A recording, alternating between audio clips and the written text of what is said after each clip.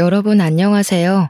저는 나이 40대의 사연에 푹 빠져서 모든 사연을 섭렵하고 제 이야기도 한번 풀어볼까 싶어 기웃거리고 있는 여자입니다. 제가 진짜 기가 막힌 사연을 하나 가지고 있는데요. 여기 계신 사연자분들의 이야기와 크게 다를 거 없는 막장이라 한번 풀어볼까 합니다. 저는 살면서 저한테 이런 일이 일어날 거라고는 꿈에도 생각하지 못했어요. 왜냐하면 제가 결혼한 사람이, 그러니까 제 남편이 말이죠. 저랑 무려 30년 지기 친구였거든요. 모든 걸 다 아는 사이라고 해도 과언이 아닐 만큼 서로의 과거를 속속들이 알고 있는 사람이었어요. 제가 한 동네에서만 30년을 살았던 사람입니다. 무리하게 대출을 받아 손수 주택을 짓고 사셨던 우리 부모님. 평생을 손수 지은 집이라며 절대로 이사 못 간다고 하셨었거든요. 그 동네에 살고 계신 사람들 대부분이 손수 지은 집이라며 그 터를 떠나지 못하시는 분들이긴 했어요. 우리 부모님의 집이 낡아서 보수가 필요할 때도 서로 돕고 도와가며 보수를 하고, 또 다른 집에서 보수가 필요하면 동네 사람들 모두 모여 돕고, 그니까 그 동네 사람들이 전부 집안에 숟가락이 몇 개가 있는지 다 알 정도로 친한 사이라는 거죠. 우리 옆집에 살던 동갑내기 친구가 바로 제 30년 지기 친구이자 남편이 된 놈이었습니다. 저랑 남편은 초등학교도 중학교도 고등학교도 같은 학교에 다녔고 졸업을 했어요. 모든 졸업사진마다 남편의 얼굴이 떡하니 찍혀있는 걸 보면 얼마나 어이가 없는지 모릅니다. 물론 대학에 가서야 드디어 갈라지긴 했지만 그게 저희의 사랑이 싹트게 된 계기이기도 합니다. 매일같이 등교하고 하교하고 학원까지도 같이 다니다가 20살 되자마자 갑자기 서로 다른 곳을 향해 가니까 마음이 이상하더라고요. 등교하면서 같은 반 친구 욕도 하고 선생님 욕도 하고 시험 성적 서로 몇 점 나왔냐고 내기도 하고 해야 하는데 지하철역까지 혼자 걸어가고 수업 마치고 혼자 오는 길이 너무 길고 외롭게 느껴졌어요. 근데 그 마음을 제 남편도 똑같이 느꼈다는 거예요. 자꾸 머릿속에 제가 둥둥 떠다녀서 미친 줄 알았다고. 그래서 군대로 도망을 간 거예요, 이 바보가. 근데 군대에 가니까 서로에 대한 생각이 더욱 절실하게 나는 거죠. 결국 제가 못 참고 군대 면회를 갔다가 그날 서로의 마음을 털어놓고 이야기를 하게 되었습니다. 제가 그때 참았더라면 이 기가 막힌 일도 겪지 않았을 텐데, 아무튼 남편이 군인임에도 불구하고 연애를 시작했고요. 저는 바보같이 그 꽃다운 시절을 군대 간 남자 기다리느라 허비해야 했습니다. 대학 시절에 이 남자 저 남자 만나보고 클럽 같은 데도 다니고 즐겼어야 했는데 코가 확 깨이는 바람에 아주 수도승처럼 지냈죠. 친구들이 어차피 군대 가는데 클럽 가도 모른다고 꼬실 때도 무슨 열려문이라도 세울 것처럼 굴었으니까요. 남편이 휴가만 나오면 좋아서 떨어지는 방법도 모르는 사람처럼 그렇게 연애를 했습니다. 같은 학교 출신인 친구들이 저랑 남편이 연애한다고 하니까 너네는 이미 부부 아니냐고 농담을 할 정도였어요. 그만큼 오래 알았고 또 연애 감정이 전혀 생기지 않을 것 같은 사람들이었다는 거죠. 서로에 대해 모르는 게 없다는 건 장점이자 단점이었습니다. 가끔은 쉬고 싶은 날도 있는데 아무것도 할 거 없으면서 밖에 왜 안 나오냐고 닥달하는 남편에게 욕을 쏴주고 싶기도 했고요. 생리통이 심해서 집에서 쉬고 있으면 말없이 문고리에 초콜릿이랑 사탕 같은 걸 걸어두고 갈 때는 뽀뽀를 해주고 싶었죠. 불같으면서도 평온한, 오래된 것 같으면서도 신선한 연애를 쭉 이어갔습니다. 저희가 대학을 졸업하고 취업 준비를 할 때 서로의 이력서를 봐주고 고쳐주고 모의 면접도 서로 준비해주고 했어요. 보통은 사회인이 되면 또 다른 세상에 발을 들이는 거라고 하잖아요. 주변 모든 게 달라지니까요. 그래서 헤어지는 커플들도 많다고 하는데 우리는 오히려 서로 비밀이 없다 보니 더 편하게 연애를 할 수 있더라고요. 집안끼리도 다 아는 사이고 우리가 사귀는 걸 알게 된 이후에 저는 그 집에서 며느리, 남편은 이미 우리 집에서 사위 취급을 받으며 지냈습니다. 그렇게 딱 연애한 지 10년 차에 저희는 결혼을 약속했어요. 양가의 집안 사정도 다 알고 있고 숟가락이 몇 개 있는지도 아는 판에 사이좋게 허세 없는 결혼하자고 약속을 했습니다. 금전적인 문제로 의기투합이 되니까 결혼식 진행이 아주 순조롭게 착착 진행되었어요. 우리는 드디어 신혼살림까지 양가의 도움으로 얻어서 정착을 하게 되었습니다. 신혼집은 같은 동네이긴 하지만 서로의 집까지는 걸어서 15분 정도 걸리는 위치에 잡았습니다. 평생을 그 동네에 살아서 그런 건지 익숙한 동네를 떠나서 살고 싶지 않은 마음이 들기도 했고요. 부부싸움을 하게 되면 살벌하게 할 것 같아서 친정이든 시댁이든 가까운 곳으로 피신 가야 한다는 생각도 있었고요. 한 동네에서 오래 산 장점이자 단점이라고나 할까요? 거기만큼 편한 곳을 찾지 못하겠더라고요. 밤늦게까지 장사하시는 슈퍼집 아주머니와 언제 맡겨도 완벽하게 수선해주시는 세탁소 아저씨도 한몫하셨습니다.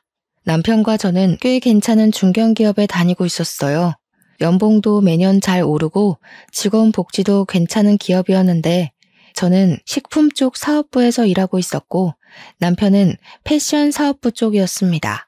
같은 계열사긴 하지만 건물은 다르게 위치하고 있어서 회사에서까지 남편의 얼굴을 마주 볼 일은 없었습니다. 그나마 다행이라고 해야 할지 회사에서까지도 내내 얼굴을 보고 있어야 한다면 금방 지겨워질 것 같았거든요. 남편은 패션 사업부 쪽의 일을 매우 마음에 들어 하지 않았습니다. 사실 남편이 지원했던 부서는 전혀 다른 부서였거든요. MD 쪽 일을 하고 싶어 했어요. 그러니까 매장을 돌면서 매장에 나와 있는 옷들을 전체적으로 밸런스 맞춰서 코디를 한다거나 잘 나가는 옷들을 위주로 카탈로그 작업을 한다거나 하는 그런 부서 쪽으로 지원했으나 사업부에 자리가 남아서 어쩔 수 없이 사업부로 떨어진 거죠. 매장 쪽 일과는 전혀 관계가 없다 보니 남편은 회사를 꾸역꾸역 다니고 있었습니다. 저랑 결혼하고 나서도 계속 일이 재미가 없다는 말만 반복했고 어느 순간부터는 이직을 할까 사업을 할까 하면서 허튼 소리를 하더군요. 중견기업이라 나를 알아주는 회사임에도 불구하고 배가 불러서 저런 소리를 하는 거지 하면서 제가 몇 번이나 잔소리를 했죠. 따지고 보면 우리도 이제 나이 30을 넘겼는데 이제 와서 스카우트 되는 것도 아니고 개인 사업을 하게 되면 리스크가 너무 많잖아요. 개인 사업이라는 게 무조건 성공한다는 보장도 없고 어느 정도 가진 재력이 있어야 한동안 굴러가고 할 텐데 사업부에서 일을 하면서도 눈에 보이는 게 없는지 자꾸 헛바람이 들어서 사업 이야기를 꺼내곤 했습니다. 그때마다 저는 안 된다고 딱 잘라 말하면서도 더 늦기 전에 시켜야 하나 고민도 되긴 했죠. 제가 워낙 시부모님이랑 친하게 지내는 사이기도 했고 결혼하고 나서도 그 관계가 잘 유지되고 있었기 때문에 몇 번 고민 상담을 했어요. 지금 월급도 좋고 복지도 좋고 이만한 회사 찾기도 힘든데 자꾸 남편이 딴 마음을 먹는 것 같아서 고민이라고요. 연애하던 시절이었으면 시모가 분명 제 말이 맞는다고 하셨을 텐데 결혼하고 나니까 또 말이 조금씩 달라지더라고요. 저한테 은근히 그냥 우리 아들 하고 싶은 거 하게 응원해주면 안 될까?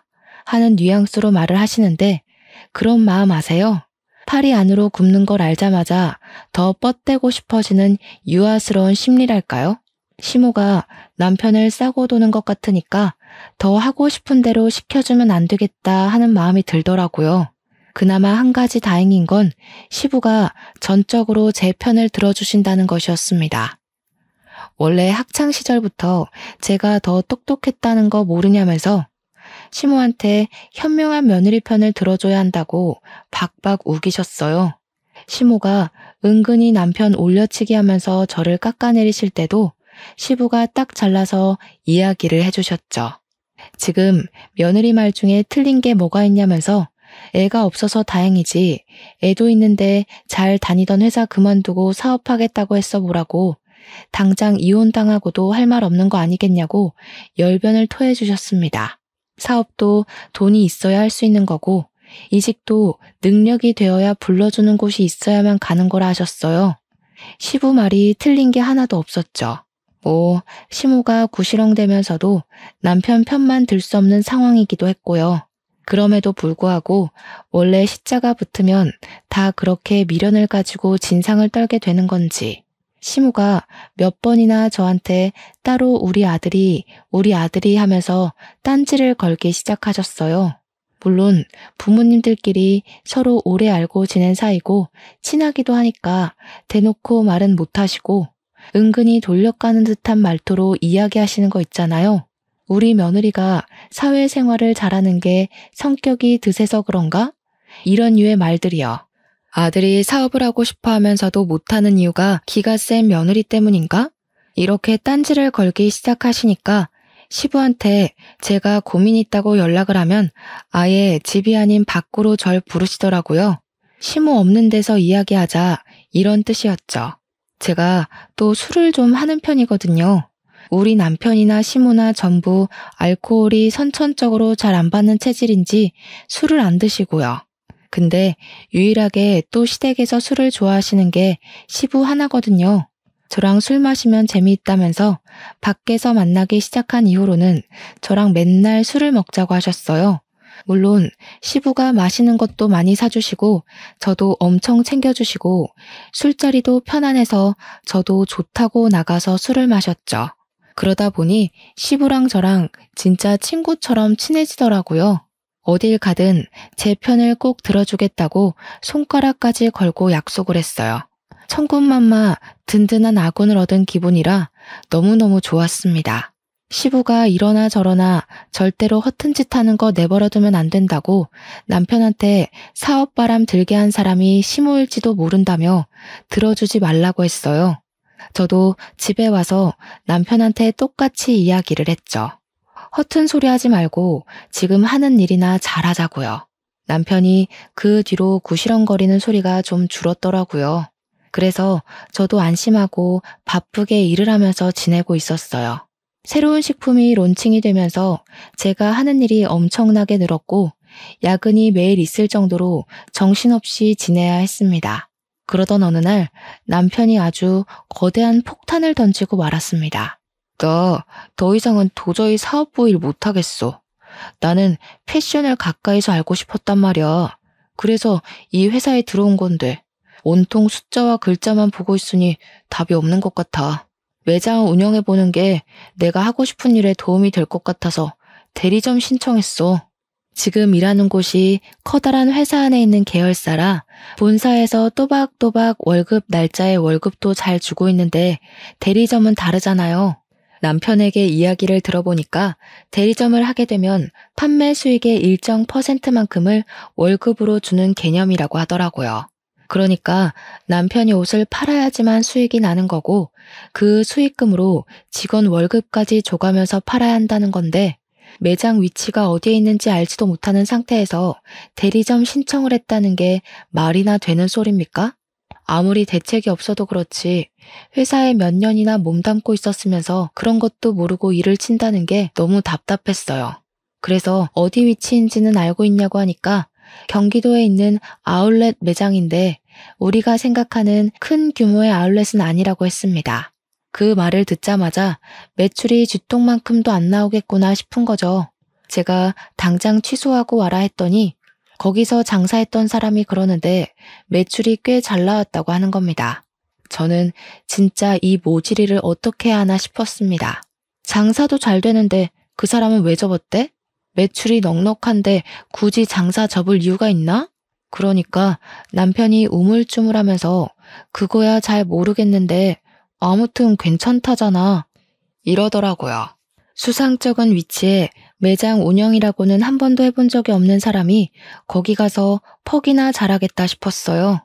그래서 절대 안 된다고 대리점 하겠다는 거 취소하고 다시 생각해보라고 했더니 남편이 그제야 이미 사표를 던지고 나왔다는 겁니다. 대리점 신청도 다 끝났고 가게 보증금만 내면 그 자리에 들어가기로 했다는 거예요. 제가 얼마나 가슴이 터질 듯이 화가 났는지 이해가 가세요? 당연히 그 대화는 부부싸움으로 번지게 되었습니다. 어떻게 한마디 상의도 없이 그런 일을 벌일 수 있냐고 제가 고래고래 소리를 질렀죠. 남편은 제가 소리를 질렀다는 것에 꽂혀서 막 뭐라고 했어요. 어떻게 남편이 하겠다는 일마다 부정적으로 볼 수 있냐? 소리는 왜 지르냐 하는데 이렇게 혼자 독단적으로 처리할 거면 결혼은 왜 했나 싶고 너무 열이 뻗치더라고요. 남편한테 솔직하게 이야기를 했죠. 너 자리 잡으려면 못해도 몇 년은 걸릴 거 아니냐고요.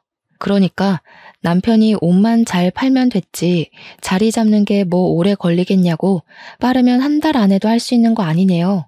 저는 남편에게 그 사업체가 돌아가는 시스템도 모르면서 다짜고짜 대리점을 내면 누가 도와줄 거냐고 너 잘할 수 있냐고 따졌어요.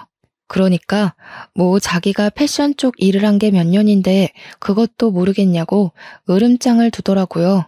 지금 하던 일도 패션 쪽 일인 걸 알면 잠자코 잘 붙어나 있지 꼭 이런 식으로 사고를 치죠. 판매하는 거랑 사업부 일은 완전히 다른 거다. 사무직이랑 서비스직이 어떻게 같을 수 있냐고 했더니 대꾸 안 하더라고요. 씩씩거리면서 자기 오늘 기분 나빠서 시댁 가서 자고 오겠다고 나가버렸어요. 저는 혼자 남은 집에서 이 사태를 어찌 해결해야 하는가 고민을 하고 있었는데 시부한테 연락이 왔습니다. 술 한잔 하자고 하시길래 마음껏 취해보려고 술을 마시고 속 시원하게 털어놓았어요. 생각이 없어도 너무 없는 것 같다고 어떻게 상의도 없이 그런 일을 할 수 있냐고 하니까 시부가 되려 미안하다며 보증금은 시부가 내주시겠대요. 그래서 에라 모르겠다, 될 대로 되라 하고 손 놓기로 했습니다. 당연히 제가 결심해야 할 일은 남편이 자리를 잡기 전까지 애를 가지지 않겠다는 것이었습니다. 하지만 세상 일이 제 마음대로 될 리가 없죠. 그렇게 다짐한 지 4개월이 막 지났을 무렵 제가 글쎄 임신을 떡하니 하고 말았습니다. 물론 양가에서는 무슨 잔치라도 벌일 것처럼 난리를 떨면서 좋아하셨습니다. 저한테 은근히 틱틱거리던 시모까지도 너무 잘했다고 축하한다고 제 손을 꼭 잡으시는데 제 마음은 또 그게 아니지 않겠어요. 축하받아야 마땅한 일이지만 그러면서도 마음 한구석에 걱정이 너무 크게 되는 겁니다. 우리 아이한테 아직까지도 미안한 일이에요, 그게. 남편이 은근 낯을 가리는 성격이라 그런지 매장에서 손님이 와도 멀뚱멀뚱하게 있다고 하고 아무리 직원들이 잘한다고 해도 매장의 책임자라는 사람이 아무것도 안 하고 멍하니 있으면 무슨 물건이 팔리겠어요. 남편은 그냥 편한 거 좋은 거만 하면서 직원들에게 모든 책임을 전가하고 있었던 거죠. 버는 돈도 당연히 본사 다닐 때보다 훨씬 줄었고 그나마도 월급 제때 가져다 주지도 않았어요. 뭐 그만큼 번다는 게 자기 입장에서는 부끄러워서 제 날짜에 못 주는 거다 하며 변명을 하지만 제가 화를 내야지만 월급 봉투를 내민다는 게 어이가 없잖아요. 도대체 그 돈으로 뭘 하고 다니는지, 왜 만날 돈이 없다고 난리인지. 안 그래도 임신한 뒤로 예민함이 극에 달해서 미치겠는데 남편 주머니에서 로또가 계속 나오더라고요. 남편한테 로또 한답시고 월급이 반토막 난 거 아니냐고 막 따지니까 그래봐야 5,000원인데 뭐가 문제냐고 하더군요. 5,000원짜리가 10장 20장 나오니까 제 속이 터지는 건데 도대체 제 남편의 눈치는 어디다 팔아먹은 걸까요? 어차피 당첨되지도 않을 거 그만 사라고 했더니 아울렛 주변 매장 형들이 전부 로또를 한다고 안 할 수가 없대요.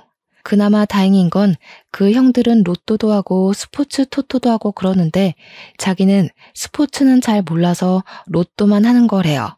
제 눈빛이 얼마나 경멸스러웠을지는 안 봐도 비디오였죠. 로또 용지 보니까 숫자도 제 맘대로 적혀 있길래 남편한테 번호 정해서 돌리는 거냐고 물어보니 자동이래요. 자동으로 해야 그나마 5,000원씩 잡힐 때가 있다면서 이를 드러내고 웃는데 도대체 누가 5,000원 벌겠다고 로또를 하나요? 제 남편이지만 참으로 모자란 놈이 아닐 수 없습니다. 그러더니 저한테도 로또를 사다 주겠다고 운을 떼더군요. 저는 번호를 고심해서 6개 골랐고 앞으로는 이 번호로만 로또를 사다 달라고 했더니 저보고 돈 낭비래요. 진정한 로또는 자동이다 어쩐다 하면서 핀잔을 주는데 지 주머니에서 나온 로또들 보면 답 나오죠. 누가 돈 낭비를 하고 있는 건지 참나. 시간은 계속 흐르고 남편이 벌어오는 돈은 쥐꼬리보다 조금 나은 형편이었고요. 저는 애를 어찌 키워야 하나 정말 막막함에 어쩔 줄 몰라 하고 있었습니다. 육아휴직을 내는 순간부터 우리 세 식구의 생활비를 어떻게 감당해야 할지 고민이 되었어요. 임신해서 먹고 싶은 것도 다 먹고 하고 싶은 것도 다 하고 휴식도 취하고 여유를 누려야 하는데 제 머릿속은 온통 부정적인 생각만 가득했습니다. 오죽하면 사람들이 임신한 이후부터 사람이 더 시커매진 것 같다고 혹시 우울증이라도 온 거 아니냐고 걱정할 정도였어요. 회사 사람들도 이 정도면 육아휴직 모르고 차라리 일을 하는 게 더 낫겠다고 농담을 던지기도 했고요. 철없는 남편이랑 살아본 적 없는 사람들이라 제 고충을 모를 것 같아 입을 열 수도 없었습니다. 거기다가 우리 집 남편 놈은 점점 수상한 행동을 하기 시작했어요. 제가 임신하고 6개월 차에 접어들어가니까 아무리 그래도 배불뚝이가 되더라고요. 살도 많이 찌고 다리도 맨날 퉁퉁 붓고 결혼 반지가 들어가지 않을 정도로 손가락도 퉁퉁 부었고요.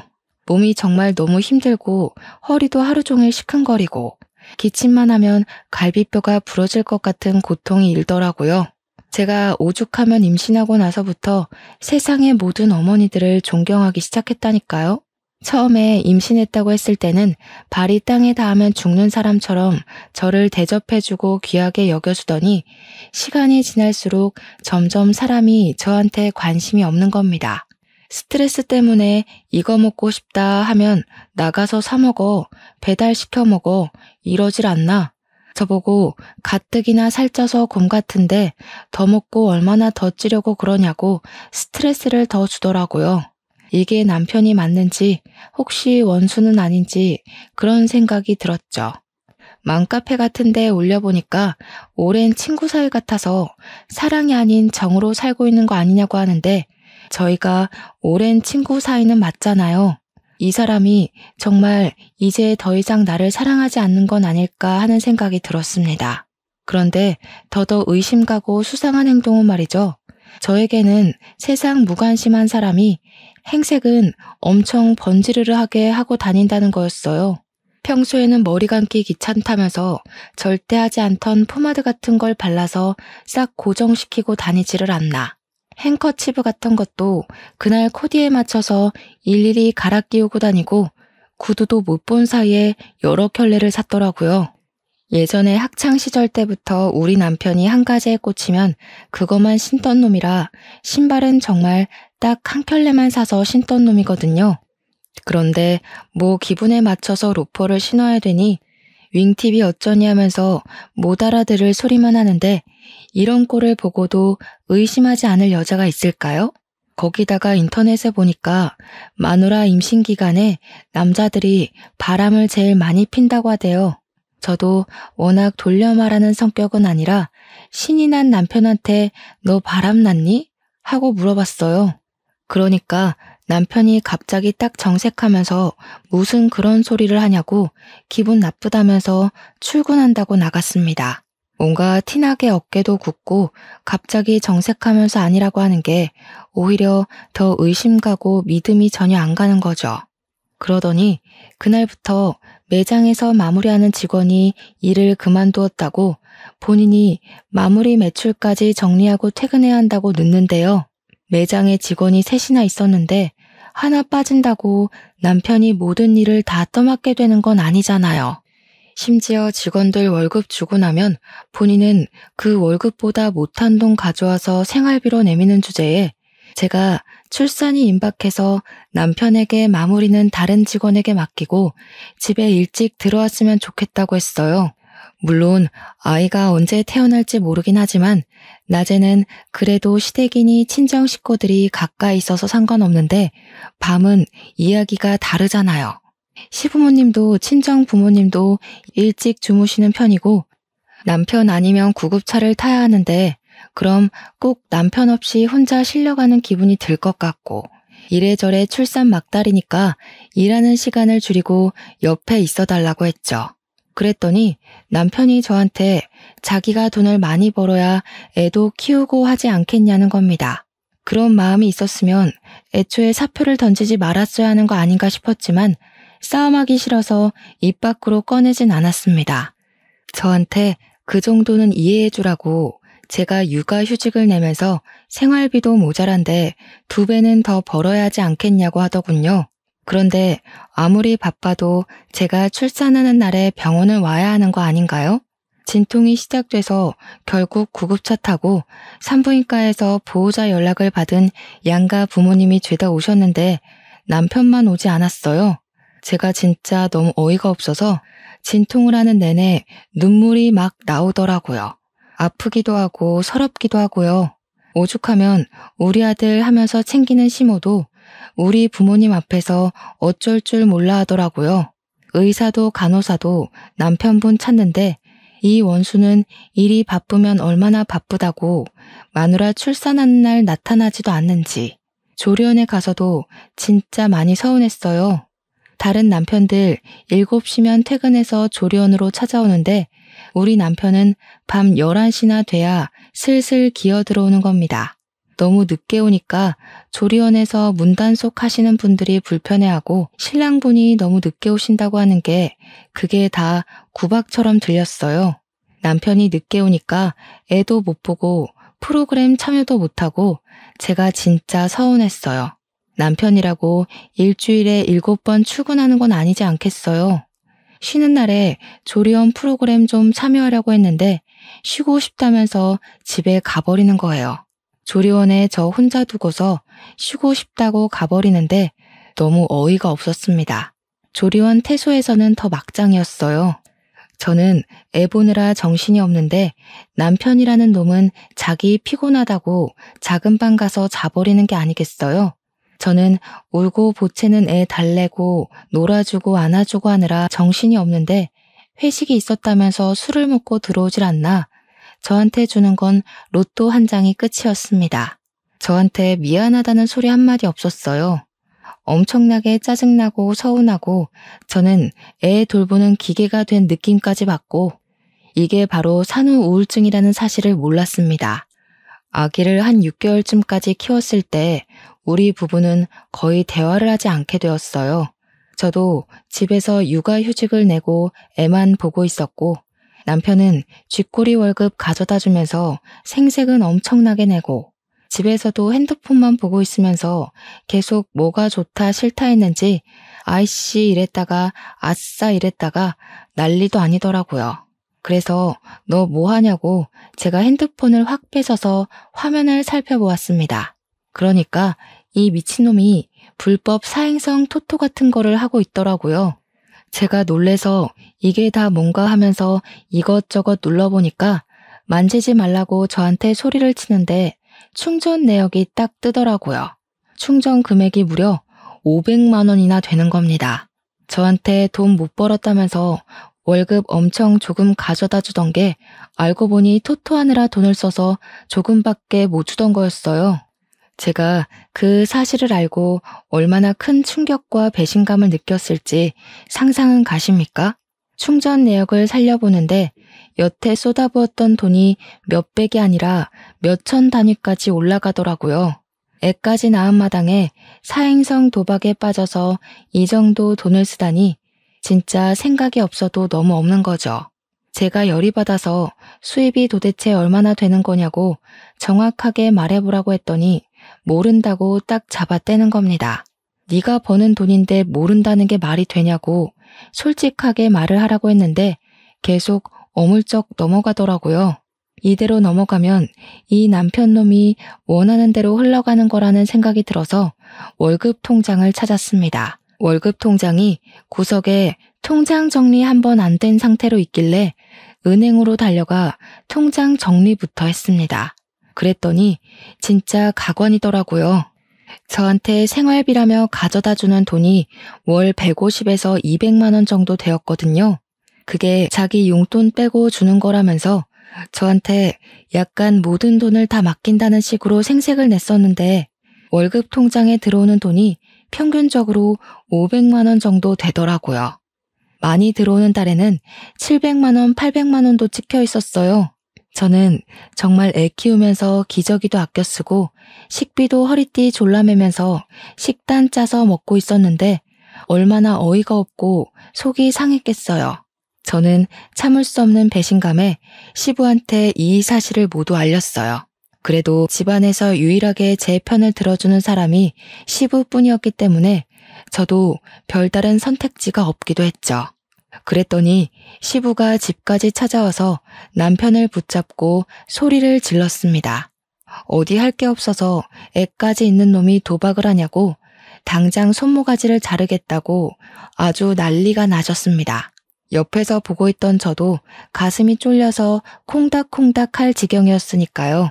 뒤따라온 시모가 시부를 막 말리고 남편도 평소에 시부를 무서워했던 터라 잘못했다고 빌면서 울고불고 하는데 가관이더라고요.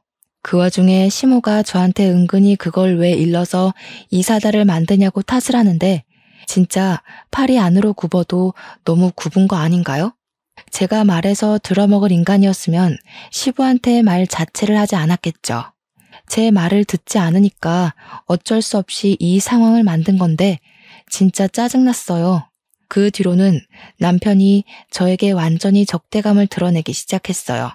부부 사이가 원활하지도 않았고 사행성 토토를 제가 시부에게 알린 이후로 저희의 감정의 골은 더욱 깊어질 수밖에 없었죠. 제가 무슨 말만 하면 틱틱거리면서 저를 깔보고 무시하기 시작했어요. 여자가 복직해봐야 돈을 벌면 얼마나 벌고 승진을 하면 얼마나 하겠냐면서 자기가 벌어온 월급으로 살아야 할 건데 왜 그런 걸 시댁에 가서 일러냐 이런 거죠. 제가 눈이라도 치켜뜨면 또 시부한테 가서 이럴 거냐고 비아냥거리는데 저희가 또 30년 지기 친구잖아요. 서로 말이 곱게 나가질 않는 거죠. 거기다가 활용점정으로 남편이 술 먹고 들어온 것도 열이 받는데 옷에 여자 화장품까지 묻혀온 거예요. 제가 이걸 그냥 참아줘야 할까요? 제 성격에 절대로 참아줄 수 없었죠. 그래서 남편이 술에 취해 자는 사이 한쪽 눈썹을 완전히 밀어버렸습니다. 아침에 일어나서 식겁을 하면서 저한테 야, 미쳤냐? 하면서 달려드는데 저도 옷에 묻은 화장품 보여주면서 네가 더 미친 거 아니냐고 했죠. 나도 호스트바에 가서 한번 질펀하게 놀아볼까? 하면서 소리 지르니까 씩씩거리면서 한쪽 눈썹 손으로 가리고 출근하더라고요. 퇴근할 때 보니까 눈썹이 곱게 그려져 있길래 누가 그려줬냐고 화를 내니 매장 여직원이 그려줬대요. 이 눈썹을 하고 어떻게 손님을 받고 일을 하겠냐면서요. 그렇게 서로 으르렁거리며 지내다가 아기가 돌쯤 됐을 때 돌잔치 준비를 하다 보니 그날 입을 우리 아기 옷이 없더라고요. 꽃가옷이나 하나 사줄 겸 남편이 매장에서 어떻게 일하는지 궁금하기도 해서 친정 부모님 모시고 남편이 일하는 아울렛에 갔어요. 미리 간다고 연락하지 않고 불시에 찾아갈 심산으로 아기 옷부터 구경을 하고 오후쯤 되어서 남편의 매장으로 갔죠.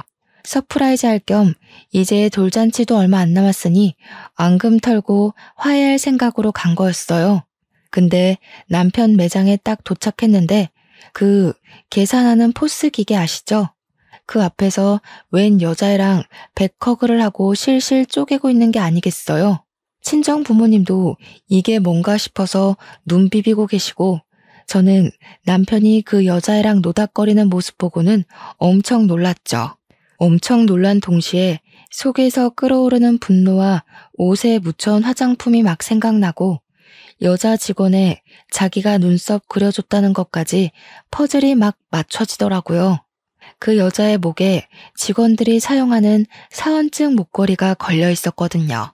더 볼 것도 없다 싶어서 아버지한테 애를 덥석 안기고 야, 이 미친놈아, 너 뭐 하는 거야? 소리를 지르면서 남편에게 달려갔어요. 남편이랑 그 여자애랑 후다닥 떨어지면서 어머나 하는데 제가 눈에 뭐 보이는 게 있겠습니까?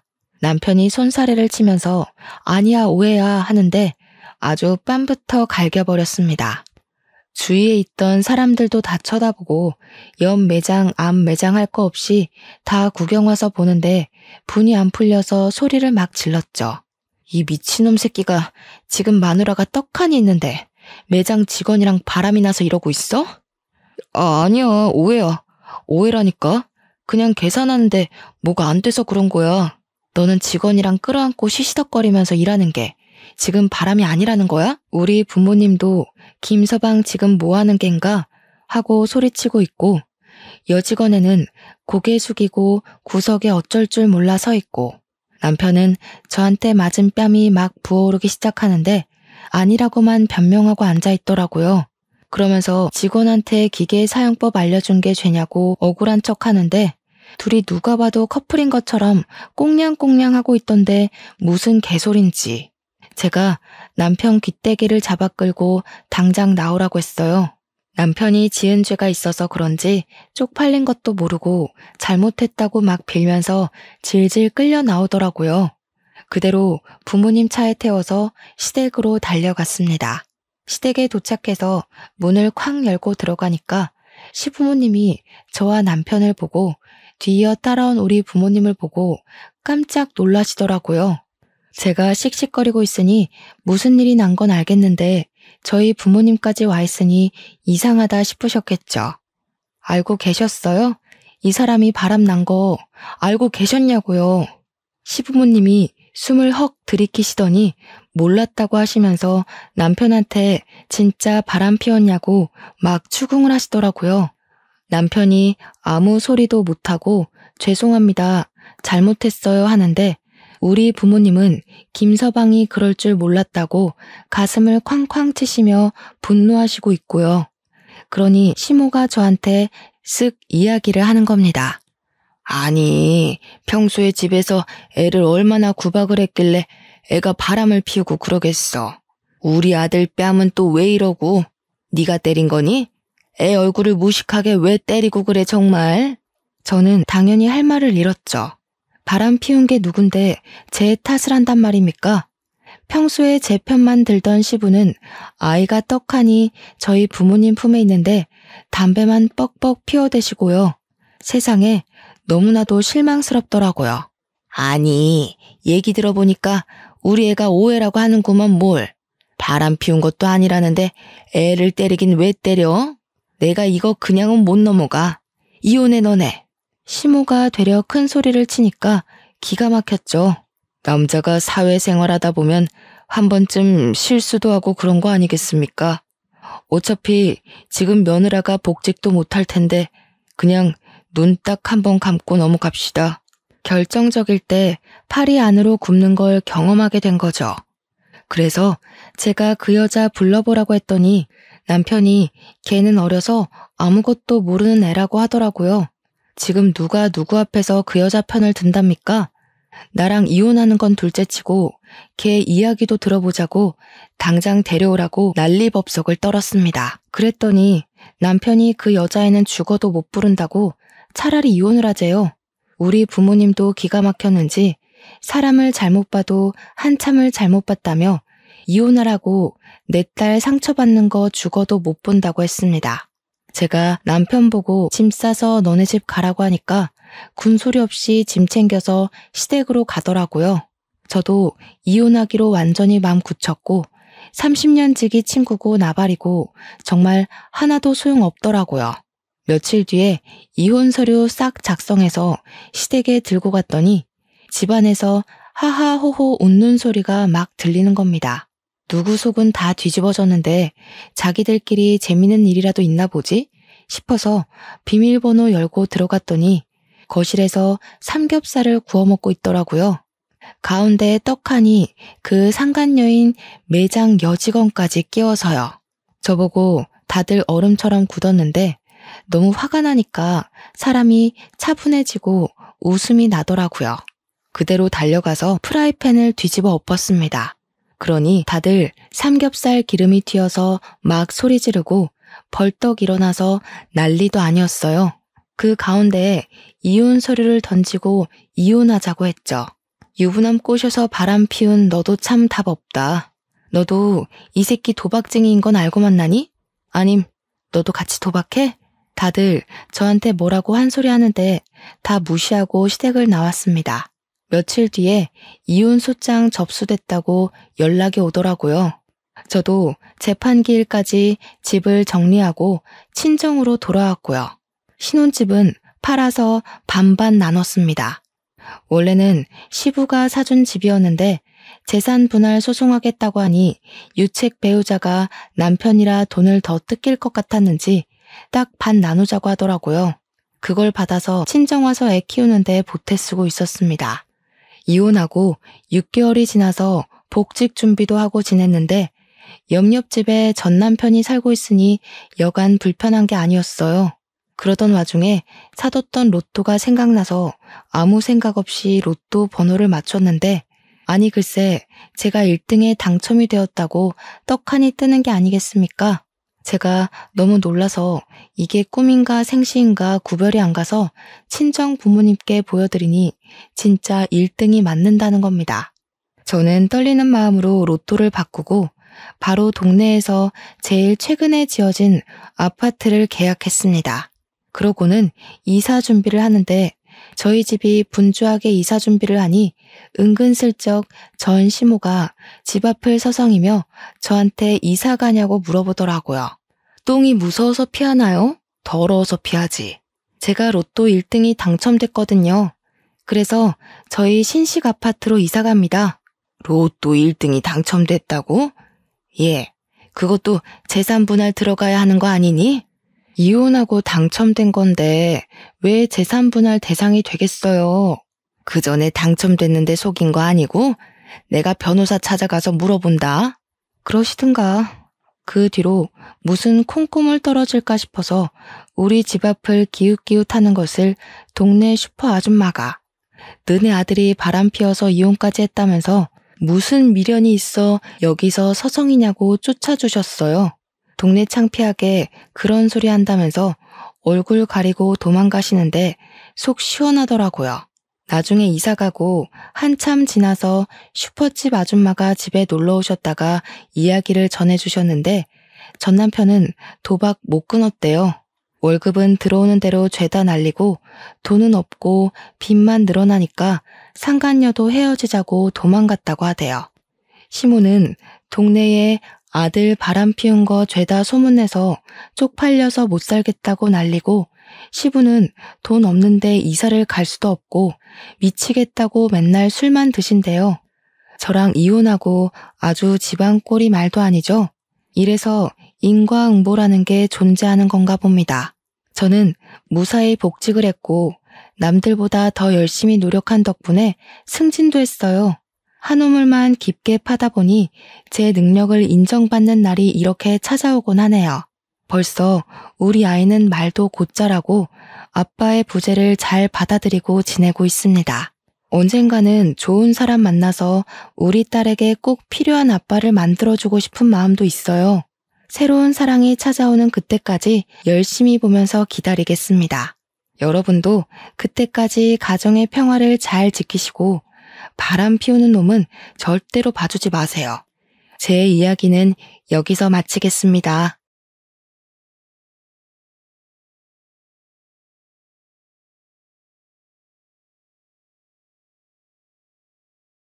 안녕하세요. 어떻게 글의 시작을 열어야 할지 한참을 고민하다가 일단 한 글자 한 글자 적어봅니다. 보통은 자기소개부터 먼저 하던데 저는 결혼을 한 40대 후반의 여자입니다. 지금은 남편과 함께 행복하게 또 부족함 없이 부유하게 자식들 낳아 키우면서 살고 있습니다만 처음부터 이런 호사를 누린 건 아니었습니다. 제가 할 이야기는 저희 남편과 시댁 사이에서 일어난 일들인데 우리 남편에게는 평생의 슬픔이자 아픔일 수도 있는 이야기입니다. 이렇게 청취자 여러분들을 위해 이야기를 풀고는 있지만 우리 남편의 그 시절을 생각하면 눈물이 앞을 가린답니다. 우리 남편의 별명은 샌드위치였습니다. 무슨 뜻인지 궁금하지 않으세요? 바로 가운데에 낀 샌드위치다 이 말입니다. 우리 남편에게는 위로 형이 하나 있고 밑으로 나이 차이 꽤 많이 나는 막내 여동생이 있었습니다. 시댁이 남아 선호 사상이 엄청나게 중요시되는 집이었는데 무조건 장손만 믿고 간다, 올인이다 하는 부모 밑에서 자란 덕분에 우리 남편은 대학도 가지 못했습니다. 장손이 공부를 잘하는 편은 아니었으나 우리 남편도 뭐 특출나게 잘하는 편은 아니었기에 대학까지는 그럴 수 있지라고 생각했다고 했어요. 그런데 우리 남편이 그동안 살면서 받아온 차별은 정말 어마어마했다고 했습니다. 저한테 울먹이면서 이것저것 말해줬었는데 저도 주먹이 불끈 쥐어질 정도로 엄청나게 분노했었어요. 우리 시모는 무조건 장남, 우리 장남, 내 장남 하시면서 말끝마다 장남 타령하시는 분이었고요. 우리 시부는 막내딸, 내 눈에 넣어도 안 아픈 막내딸, 우리 공주 하시는 분이었죠. 그러면 자연스럽게 우리 남편은 누가 챙겼을까요? 조부모님? 아니죠. 아무도 우리 남편을 챙겨주지 않았습니다. 하물며 감기라도 걸리면 난리가 났다고 하더라고요. 장남이나 막내딸한테 옮길까봐 방 밖으로 나오지도 못하게 했다고 해요. 그 어린 나이에 얼마나 서러웠을지 생각만 해도 제 가슴이 다 사무칩니다. 거기다가 허여멀건해서 삐쩍 마른 아주버님과 시누이와 달리 우리 남편만 주워온 사람처럼 기골이 장대한 사람이었어요. 곰같이 생겼다는 말이 딱 어울리는 그런 남자였습니다. 등치도 엄청나게 크고 키도 크고 얼굴까지도 큰 사람이었죠. 손도 크고 발도 크고 그래서 우리 남편 별명이 곰이었다고 했어요. 겨울에 두툼한 외투라도 입고 저녁에 돌아다니면 곰인 줄 알고 사냥당하겠다 하는 소리를 듣기 일쑤였대요. 우리 남편이 고등학교를 졸업하자마자 대학도 집에서 보내주지 않는다고 해서 일을 찾아 헤매다가 이건 딱 나를 위한 직업이다 하고 발견한 게 뭐였는지 아세요? 바로 경호업체 일이었습니다. 업체의 면적을 딱 보러 갔는데 우리 남편의 외형만 보고 바로 합격이라고 내일부터 출근하라고 했대요. 일단 몸이 정말 크니까 키가 190cm거든요. 위압감이 장난 아니라서 그런 건지 우리 남편 덩치를 보면 대드는 사람이 없을 정도였어요. 거기다가 얼굴도 솔직히 험악하게 생겼거든요. 남편이 누나를 한번 부라리면 그 어떤 사람도 말조차 붙이지 못하는 그런 인상을 가졌어요. 그런데 우리 남편의 생김새와 달리 가슴만큼은 상당히 순수한 남자였습니다. 의외로 순정파의 면모를 지니고 있는 반전이 가득한 그런 남자에게 어떻게 마음을 빼앗기지 않을 수가 있을까요? 저와 남편이 처음 만나게 된 계기는 사실 제 입으로 말하기 참으로 부끄러운 일이지만 익명이니까 용기를 내보겠습니다. 제가 우리 남편을 만나기 전에 만났던 전 남자친구가 좀 문제가 많은 그런 사람이었습니다. 요즘 말하는 데이트 폭력이라는 단어가 딱 어울리는 그런 사람이었죠. 그때 당시에는 제가 자존감도 많이 낮았던 상태였던지라 그냥 받아들였던 것 같습니다. 저에게 손찌검을 일삼는 그 남자에게서 도망을 가기로 마음을 먹고 결국에는 헤어지게 되었습니다. 그런데 그게 전 남자친구한테는 꽤 자존심이 상했던 모양인지 계속 저를 찾아와서 귀찮게 굴고 소리를 지르고 그랬어요.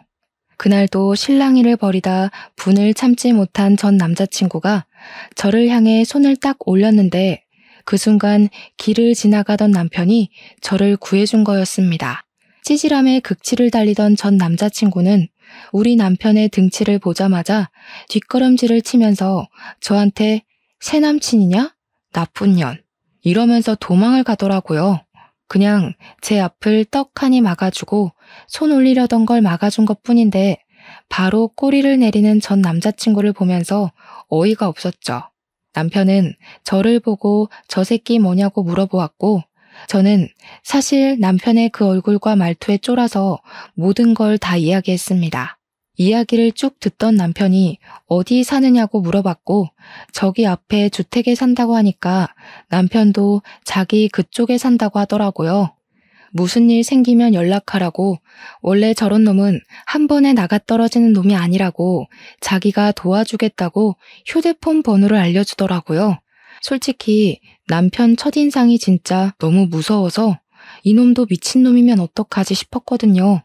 이런 놈한테 잘못 걸리면 생매장 당하는 거 아닌가 싶어서 연락을 할까 말까 고민을 했는데 진짜 전 남자친구가 며칠 지나지 않아서 저를 또 찾아왔더라고요. 술에 완전히 취해서 나쁜 년이야, 넌 못된 년이야 하면서 발길질을 하려고 하길래 놀래서 남편을 불렀고 몇 번이고 귀찮은 기색 한 번 없이 찾아와 저를 도와주었습니다. 전 남자친구가 결국 남편에게 호되게 당하고 더 이상 찾아오지 않겠다는 각서까지 쓰고 나서야 일은 마무리가 되었죠.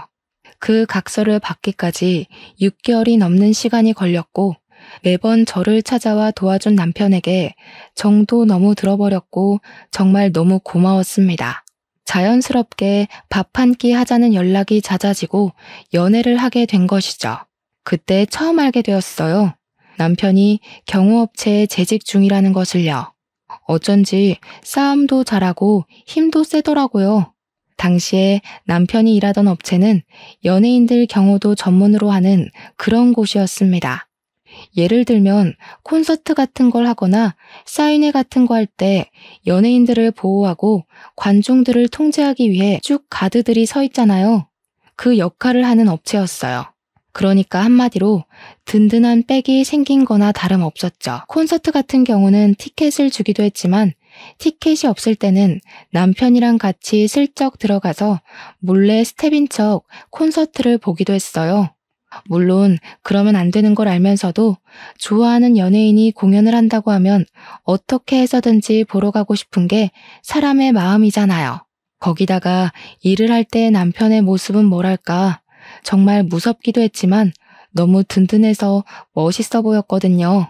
저는 남편이 일하는 모습을 보여줄 때가 가장 듬직하고 좋았어요. 거기다가 우리 남편이 엄청나게 쑥맥이었거든요. 그렇게 험상궂게 생겨서 시도 때도 없이 얼굴이 붉어지는 걸 보면 그렇게 귀여울 수가 없었어요. 연애하면서 모든 걸 저랑 다 처음 해보는 거라고 수줍게 이야기하는데 진짜 평생 함께하고 싶다 그런 생각이 들었습니다. 그런데 좀 의아한 부분도 있었어요. 연애를 하면서 남편이 단 한 번도 가족에 대한 이야기를 꺼낸 적이 없었거든요. 그래서 솔직히 저는 남편이 고아인 줄 알고 부모님 이야기를 꺼내면 안 되겠다, 어린 시절 이야기는 하지 말아야겠다 싶었습니다. 그런데 이야기를 듣다 보니까 또 고아는 아니더라고요. 부모님한테 연락 오는 걸 보고 저 혼자 얼마나 깜짝 놀랐는지 몰라요. 그때까지 고아라고 생각하고 있었거든요. 아무튼 저한테 가족에 대한 이야기를 꺼내지 않는 이유가 뭔가 따로 있겠지라고 생각만 했죠. 외동아들인데 부모님이 시골에 가 계신가 싶기도 했고 아무튼 프로포즈를 받고 나서야 알게 되었습니다. 형도 있고 나이 차이가 나는 여동생도 있고 부모님 두 분이 멀쩡히 살아서 저희 집 근처에서 같이 살고 있었다는 사실을요. 아무튼 프로포즈를 받고 결혼을 준비하는 과정에 있어서 우리 집에 인사를 드리러 오게 되었죠. 우리 부모님께서 남편의 첫인상을 보고 너무나도 식겁을 하시는 거예요. 제가 부끄러울 정도로 놀라셨는데 남편 눈치가 보이더라고요. 그런데 남편은 익숙하다는 듯이 진지하게 저와의 결혼을 허락받고 싶어서 왔다고 말씀을 드렸습니다. 아빠는 술을 한잔 하자고 하시더니 남편과 이야기를 나눠보시고는 사람이 진국이라고 우리 딸 믿고 맡길 수 있을 것 같다고 하셨습니다. 저희 부모님의 예상치 못한 환대에 기분이 좋아져서 우리는 시댁에도 빠르게 인사를 드리러 갔습니다. 결혼하고 싶다고 인사를 드리러 가면서 한우도 최상급으로 한아름 싸들고 갔어요. 그런데 시댁에서 그러는 거예요. 아직 장남이 결혼을 못해서 둘째부터 결혼을 시킬 수가 없다고요. 무조건 장남이 먼저 가야 한다고 장남 타령을 하시는데 제가 얼마나 어이가 없었는지 몰라요. 그래서 그랬죠. 아주버님 언제 결혼하실 건데요? 하니까 아직 만나는 여자도 없는데 무슨 결혼을 하겠냐고 심드렁하게 대꾸를 하시는 겁니다. 그러면 도대체 우리는 언제 결혼을 하라는 이야기인지 진짜 답도 없다고 생각했습니다. 그래서 일단은 결혼이 미뤄진 채로 6개월이라는 시간을 그냥 허비하고 말았습니다. 우리 집에서는 사위나 다름없이 생각하고 있었기 때문에 시댁에서보다 더 챙겨주시면서 시간을 보내고 있었고요. 근데 문득 아버지께서 궁금하셨나 봐요. 당장 내일이라도 결혼식장 들어갈 것처럼 굴어놓고 왜 준비도 안 하고 시간을 버리고 있냐고요. 그래서 제가 그냥 장남인 아주버님이 결혼을 해야지만 우리가 결혼할 수 있대 하고 대답을 하니까 아빠가 딱 그러시는 거예요. 자네 혹시 집안에서 차별을 받고 자랐나?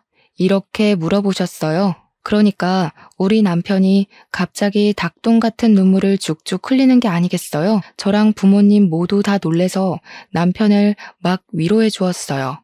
아버지께서 남편의 손을 꼭 잡아주더니 그 집 아들 하지 말고 우리 집 사위나 하라고 하면서 성을 내셨습니다.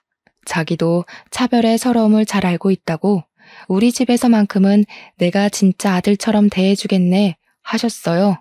남편은 정말 장인어른을 아버지처럼 모시고 살겠다고 평생 나도 이런 따뜻한 대접받고 싶었다고 이야기를 했습니다. 그렇게 하하호호 하면서 우리 집에서의 분위기는 참 좋았어요. 그러던 와중에 제가 글쎄 혼전 임신을 하게 된 거예요.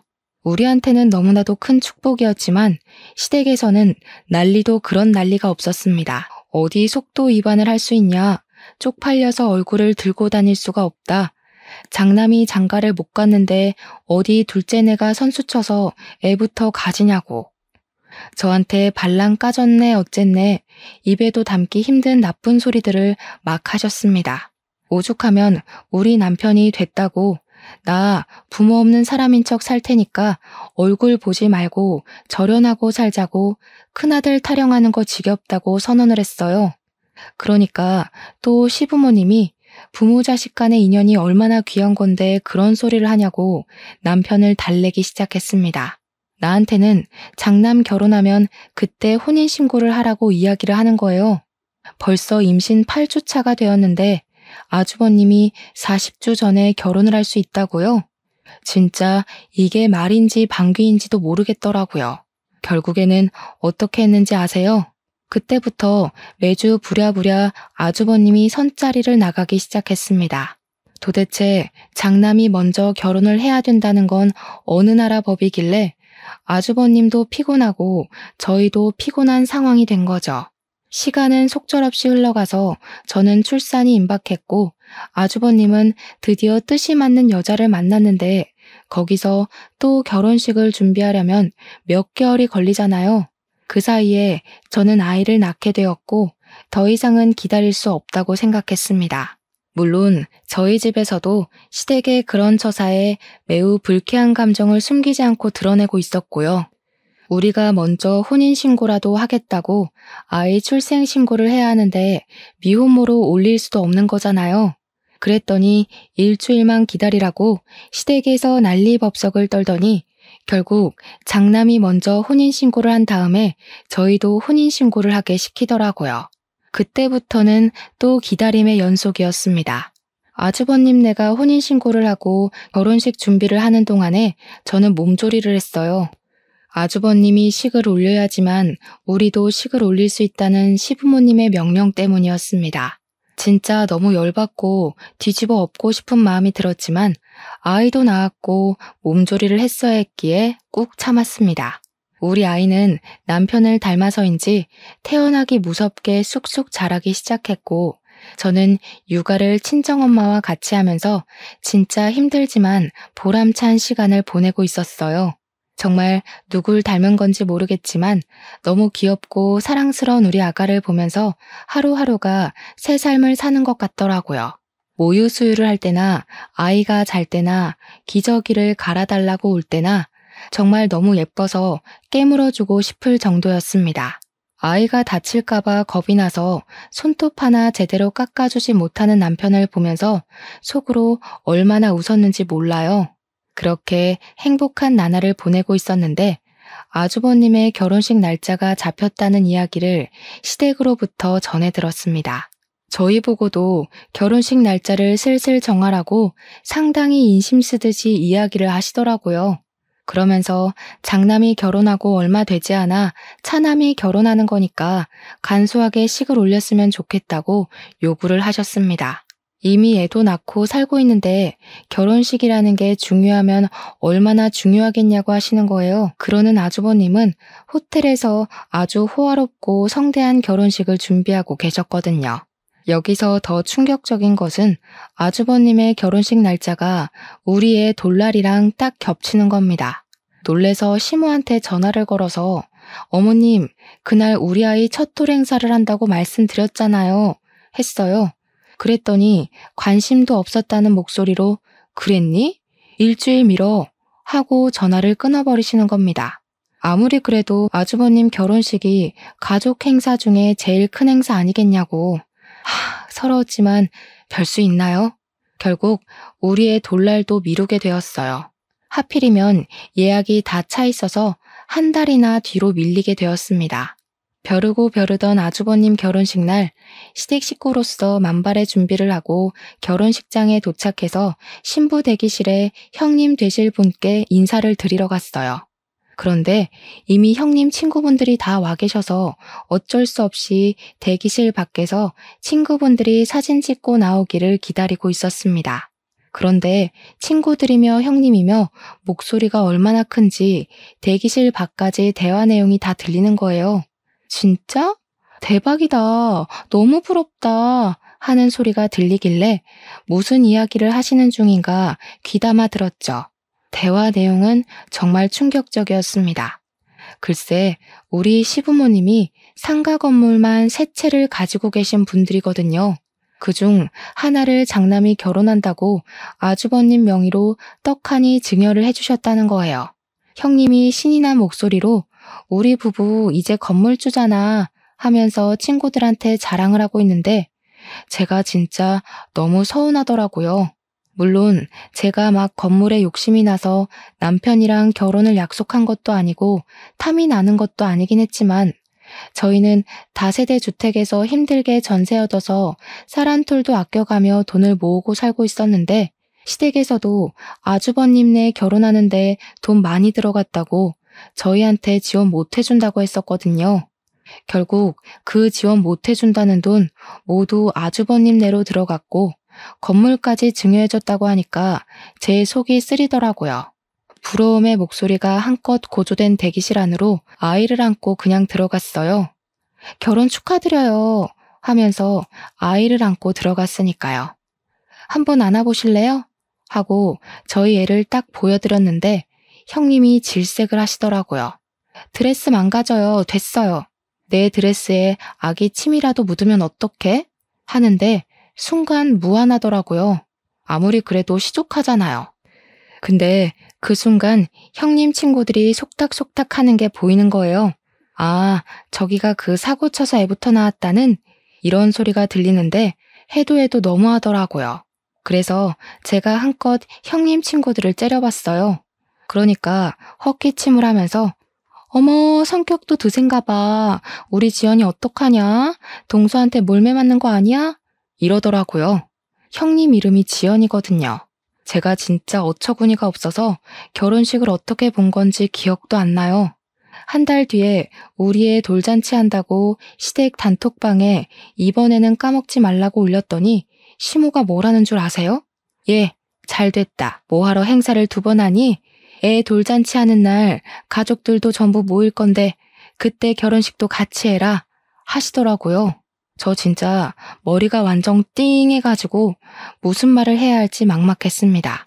돌잔치 장소가 아무리 크다고 해도 결혼식장이랑 비교가 되나요? 남편이 우리 결혼식 제대로 할 거라고 이야기를 하니까 시모가 생각 없다면서 손님들이 바로 또 오겠냐고 대충 하라고 하시는 겁니다.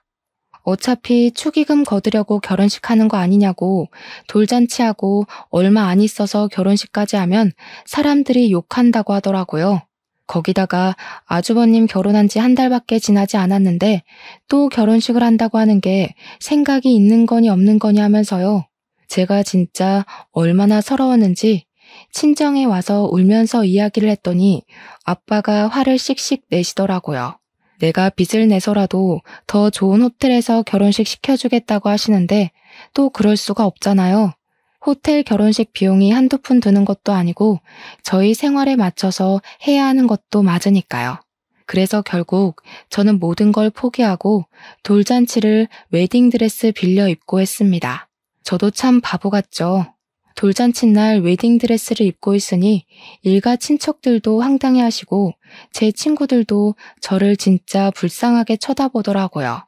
애 돌잡이 하면서 결혼 반지는 안 얻기고 돌잔치를 진행하시던 분도 10수년간 진행하면서 이런 건 처음 본다고 하셨어요. 그 와중에도 저는 스몰 웨딩 하는 거라고 생각해야지 하면서 저 스스로한테 최면을 걸고 있었습니다. 시부모님이 막상 그 꼴을 보고 좀 민망해 하시기도 하고 미안하시기도 했는지 신혼여행은 보내주시더라고요. 근데 웃긴 게 아주버님네는 선물도 주시고 신혼여행도 하와이로 화려하게 보내주셨거든요. 저희한테는 필리핀 세부 정도 다녀오면 충분하지 않냐고 풀 패키지로 엄청 싼 거 끊어서 보내주셨어요. 패키지 일정이라 관광지만 내내 돌아다녀야 해서 신혼 첫날 밤은 무슨 쉴 틈이 생기면 잠만 퍼질러 잤습니다. 제가 그때 이후로 절대 패키지 여행은 다니지 않고 있어요. 물론 재미도 있긴 했지만 우리도 좀 럭셔리 휴양지 이런 거를 기대했는데 호텔 방도 여관방 같은 곳이었고 여러모로 신혼여행이랑은 맞지 않았죠. 신혼여행을 다녀와서 남편이랑 저랑은 제대로 결심을 했습니다. 앞으로 무슨 일이 어떻게 벌어지더라도 시댁에는 최소한의 자식 간의 도리만 하고 살자고요. 몇 년 뒤 막내 신우가 결혼할 때도 호텔에서 엄청 비싼 뷔페까지 대령해가며 결혼시키는 거 보고 남편도 그제야 모든 마음을 접더라고요. 안부 전화도 하지 말고 오랄 때까지 가지도 말자고. 아프든 말든 돈이 있든 없든 신경 쓰지 말고 살자고 했어요.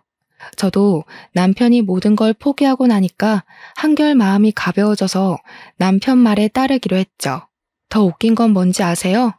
막내 신우한테도 건물을 한 채 증여해줬다는 겁니다. 우리 남편한테만 쏙 빼놓고 건물 3채 중에 2채를 자식들에게 증여를 한 거죠. 우리 남편 입장에서는 얼마나 짜증나고 서러웠겠습니까? 자식이 아닌 저도 짜증나고 서러운데 다시 신혼여행 이후로 돌아와서 예상치 못하게 우리는 신혼여행지에서 둘째를 가지게 되었습니다. 어영부영 시간이 흐르고 친정의 도움을 받아서 둘째까지 잘 낳고 조리까지 잘했어요.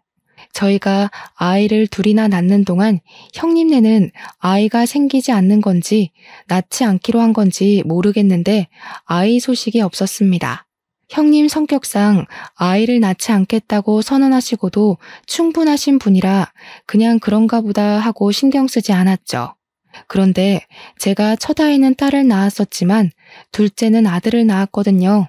남아 선호사상 진하게 있으신 분들이라 제가 아들을 낳았을 때는 정말 병원으로 이것저것 엄청 보내주셨었어요. 매일같이 찾아와서 우리 손주 하시면서 얼굴을 보고 가시기도 했고요.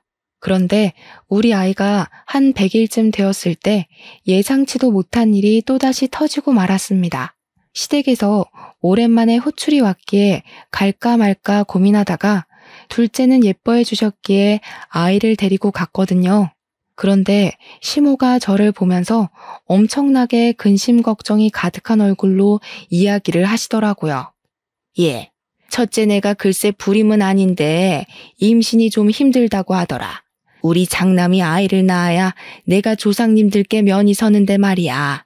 에휴, 거기다가 첫째 며느리가 글쎄 애 낳으면 몸매가 망가진다고 출산을 거부하는 모양이더라고. 어머님 속이 많이 상하시겠네요.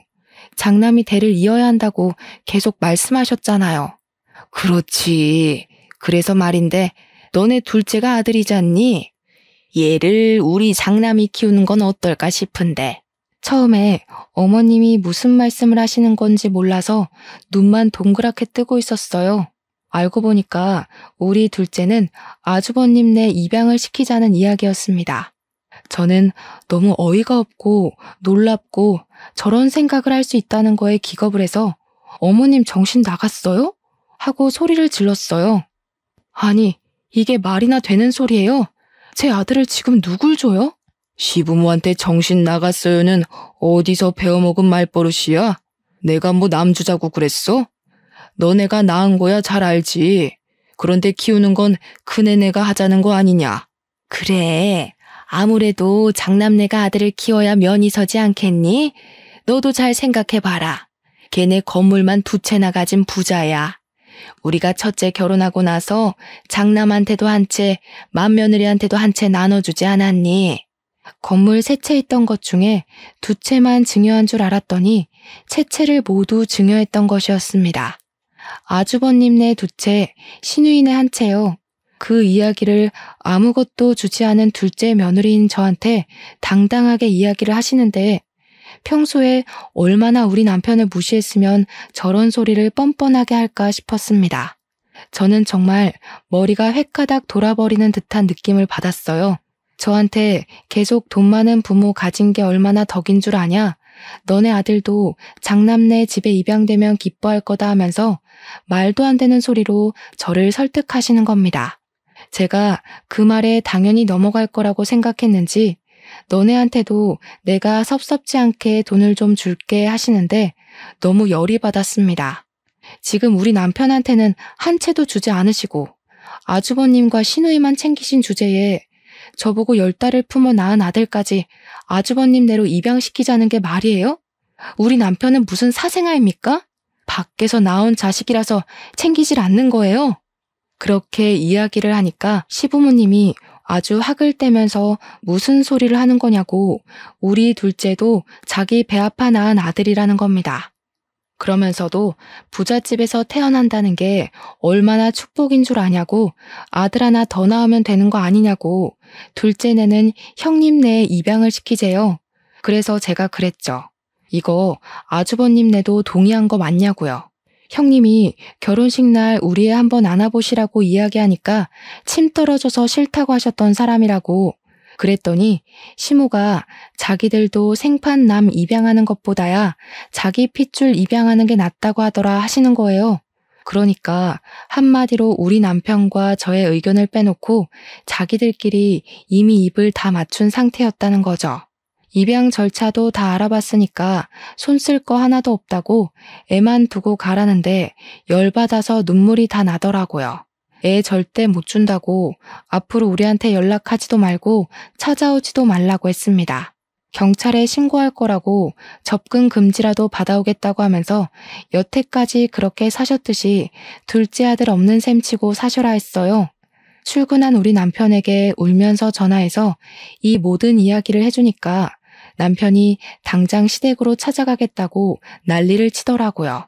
그날 저녁에 퇴근하고 시댁에 가서 한바탕 남편이 뒤집어 엎고는 집으로 돌아와서 제 손을 꼭 잡아주었습니다. 저도 배신감을 느끼고 아파하는 남편을 위로해 주었죠. 그날 이후로 완벽하게 절연이라면서 남편이 휴대폰 번호도 바꿔버리고 저도 완전히 시댁 번호까지 싹 차단해버렸어요. 그렇게 몇 개월이 더 지난 어느 날 남편네 경호업체 대표가 남편에게 할 말이 있다고 불렀다고 하더라고요. 남편이 거의 초창기 멤버이고 남편만큼 오래 그 업체에서 일한 사람이 없었기에 남편은 은근히 긴장한 상태로 대표를 만나러 갔습니다. 근데 대표가 그랬대요. 자기 이민 가서 자식들이랑 오순도순 살아보고 싶다면서 업체를 맡아서 키울 생각이 있냐고요. 권리금을 조금만 받고 사업체를 아예 남편 이름으로 넘겨주고 싶다고 했다는 겁니다. 오랜 시간 지켜본 결과 남편만큼 사업체에 대한 이해도도 높고 운영을 잘할 사람이 없을 것 같다는 이유였어요. 남편은 처음에 대표직을 맡고도 이민 가서 살아라.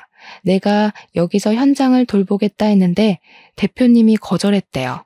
한국에 나오고 싶은 생각도 없고 굳은 일 맡겨놓고 혼자 태평하게 살 위인이 못 된다고요.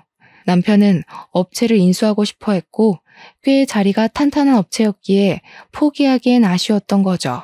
영혼까지 모은 돈을 다 끌어모아도 권리금을 다 모으기엔 4,500만 원 정도가 비었어요. 추가 대출도 안 되는 상황이었고 결국 막다른 골목 끝에 몰린 저희는 시댁에 연락을 하게 되었습니다. 4,500만 원이 필요하니까 형이랑 형수한테 건물 준 거 더 이상 치졸하게 굴지 않겠다. 그 돈만 빌려달라고 했어요. 그랬더니 시모가 그럼 너네 둘째 아들 내놔 이러더라고요. 형수도 입양해서 키우고 싶다고 했다고 남편이 열받아서 당신은 내 엄마도 아니라고 내가 실수했다고 하면서 전화를 끊고는 우리 친정에 가서 아빠를 붙잡고 남편이 엉엉 울더라고요. 제 앞에서는 잘 울지도 않는 남편이 우리 아빠만 붙잡고 우는 걸 몇 번이나 보는지 모르겠네요. 사정을 들은 아버지께서 자기가 4,500만 원 어떻게든 구해다 주겠다고 하셨고 남편은 2배로 불려드릴 거라고 했어요.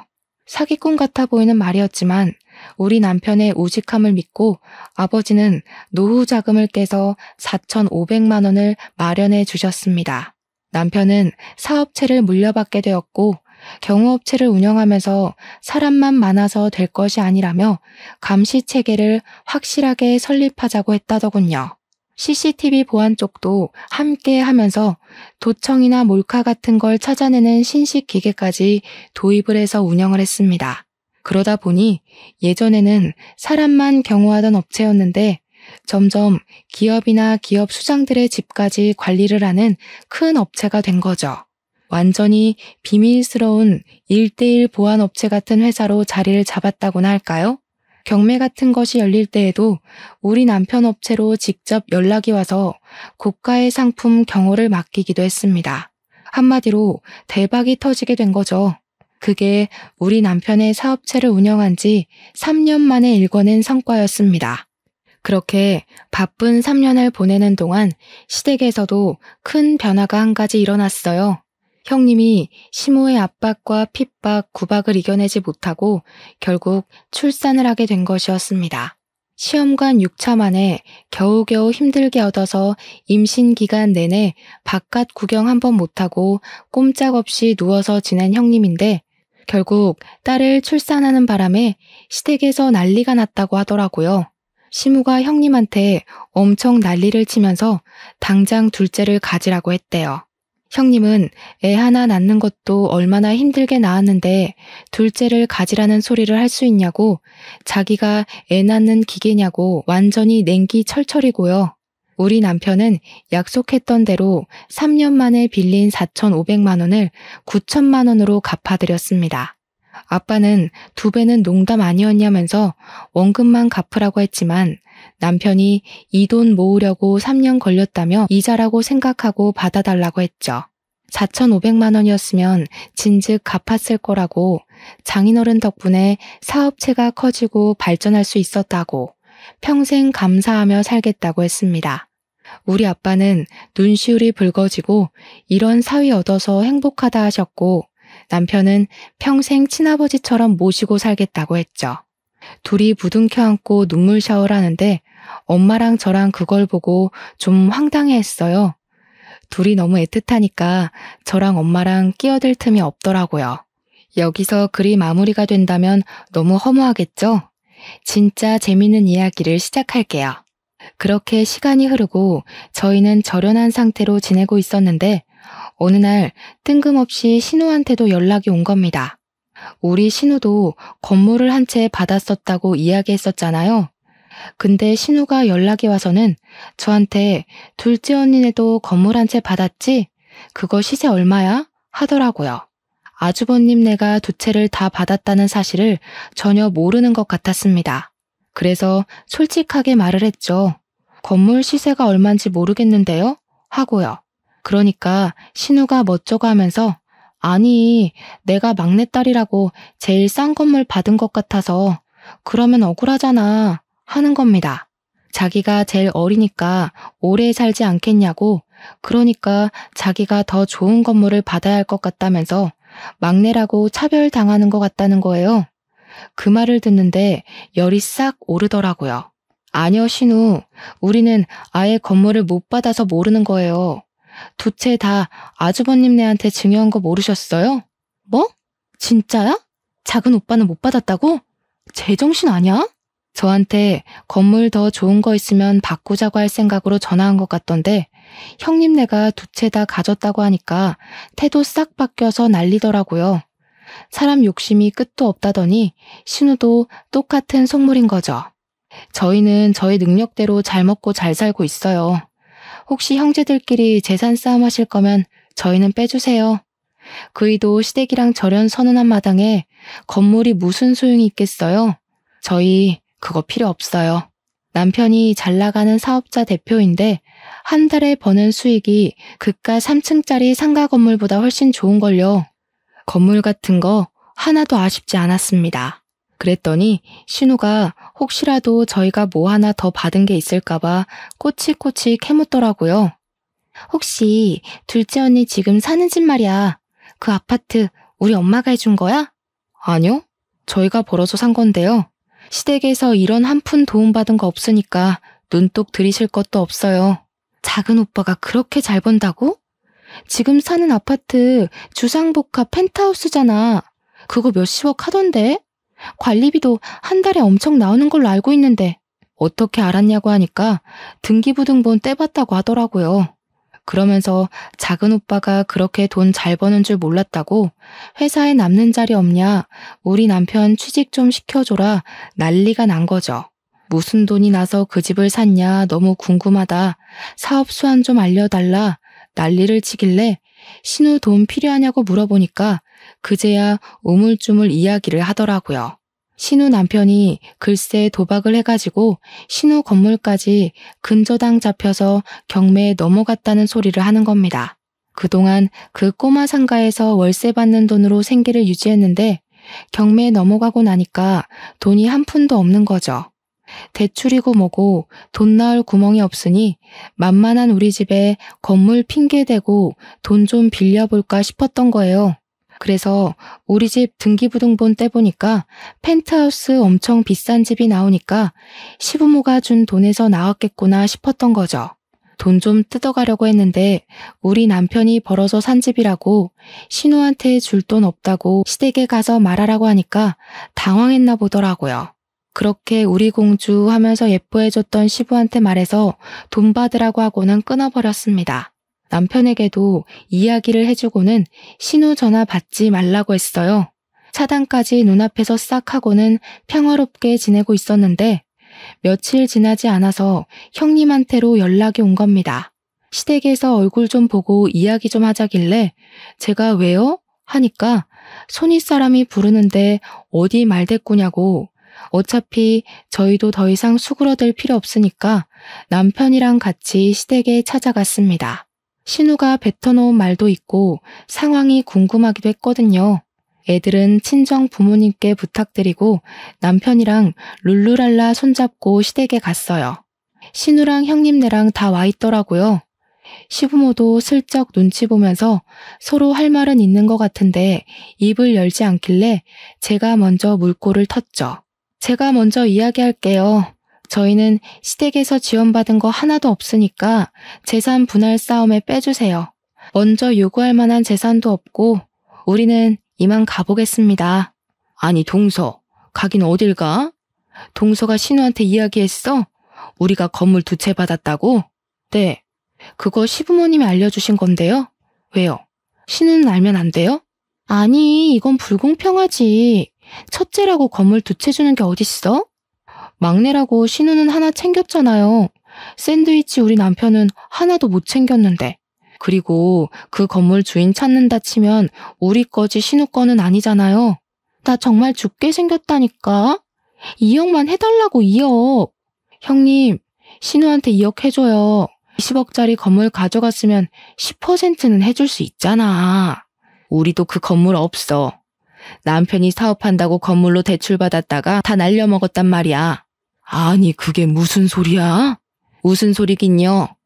그이가 사업한다고 건물로 대출받았다가 다 날려먹고 하나 남은 건물도 곧 넘어간다고요. 그 소리에 시부모님은 거의 뒤로 넘어가셨습니다. 야, 이 녀석들아.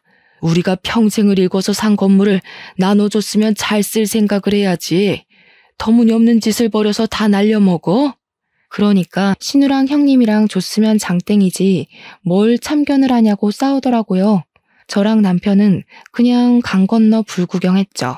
그러니 시모도 체념한 듯 너네 빚이니까 너네 알아서 하라고 하시더라고요. 신우랑 아주버님이랑 둘 다 난리가 났는데 저희는 그러든지 말든지 안녕히 계세요 하고 나왔습니다. 그렇게 6개월이 더 지났어요. 6개월 동안 물론 신우고 아주버님이고 할 거 없이 집에 찾아와 남편 회사 찾아와 돈 좀 빌려달라고 어깃장을 놓고 난리를 쳤죠. 우리 남편은 당연히 딱 잘라서 거절했고요. 어느 날 집에 엄마랑 같이 아이를 보고 있다가 시부모님이 찾아와서 깜짝 놀랐습니다. 그런데 둘 다 짐을 한아름 싸들고 온 거 아니겠어요? 남편 없는 거 확인하더니 저한테 우리 여기서 좀 지내자. 집도 넓고 좋네 하면서 방을 막 이리저리 뒤지는 겁니다. 우리 딸은 시댁에 어릴 때 간 것 빼고는 간 적이 없어서 시부모한테 누구세요? 이러고 있더라고요. 시부모가 내가 너희 할머니 할아버지야 하는데 우리 딸이 우리 친정 부모님이 할머니 할아버지라고 하더라고요. 시부모 얼굴 썩어가는데 할 말은 없고 자업자득이었죠. 저는 시부모한테 우리 집에 당신들 누워서 잘 방 없다고 나가라고 했더니 시부모는 네가 이러니까 이쁨 못 받은 거라고 난리를 쳤습니다. 더 이상 자기들 오갈 데 없다면서 죽이 되든 밥이 되든 여기 있을 거라고 하니까 우리 엄마가 아빠랑 남편에게 바로 호출을 했더라고요. 양심도 없지. 여기가 어디라고 찾아와서 행패를 부립니까? 쪽팔린 줄도 모르고. 그런데 진짜 사이다는 우리 남편이었습니다. 남편이 업체 직원들을 데리고 집으로 온 거예요. 경찰까지 불러서요. 남편이 새로 보안 시큐리티를 운영하면서 경찰이랑 협업을 하고 있었거든요. 경매나 국보 같은 거 경호할 때도 있어서요. 시부모 양팔을 떡하니 잡더니 짐까지 다 들어서 직원들이 시부모를 집 밖으로 내쫓더라고요. 시부모는 이게 무슨 짓이냐고 제가 우리 아들이라고 하는데 남편이 그랬어요. 나 부모 없다니까? 우리 애를 4,500만 원에 팔아넘기라고 했을 때 절연했잖아. 지난번에 혹시나 반성하는가 싶어서 우리 부른 건 줄 알았더니 사과 한마디 없었잖아. 당신 애들 같은 부모 없어 나는. 그러니까 알아서들 사쇼. 결국 첫째가 우리 집까지 홀라당 해먹었다. 우리가 갈 곳이 없어. 걔가 그렇게 마이너스의 손일 줄 알았겠니? 이럴 줄 알았으면 너를 챙기는 건데. 경찰관님, 고생 좀 해주세요. 이 사람들 주거 침입으로 넣어주시고요. 시부모 표정이 정말 허옇게 질린 와중에 저는 딸한테 저분들한테 인사드려 예의는 차려야지 했어요. 우리 딸이 네 안녕히 가세요 하더라고요. 저는 문 닫아버렸고요. 한참을 집 앞에서 경찰이랑 실랑이를 하는 것 같았던 시부모는 결국 경찰차를 타고 사라졌습니다. 나중에 아주버님네랑 신우네랑 번갈아 가면서 부모한테 너무하는 거 아니냐 하는데 남편이 그러더라고요. 너네 엄마 아빠지 우리 엄마 아빠 아니라고요. 우리 엄마가 속이 시원하긴 한데 그래도 마음이 편하진 않다고 하니까 아빠가 그러더라고요. 차별이라는 게 얼마나 서러운 건지 몰라서 하는 소리라고. 이제 와서 저러는 거 뭐가 좋다고 받아주냐고 절대 받아주면 안 된다고요. 남편 보고 술이나 한잔하자고 하시더니 둘이 열심히 앞으로 삶을 어떻게 살 것인가에 꽂혀서 이야기를 나누시더라고요. 저는 우리 남편의 모든 결정을 지지하고 응원하기로 마음먹었습니다. 부모 자식 간의 연을 끊는다는 게 정말 힘든 일인지 알지만 남편의 결심을 흔들지 않으려고 해요. 제 이야기 어떠셨나요? 재미있으셨죠? 저도 앞으로 사이다 마실 날만 가득하길 바라고 있습니다.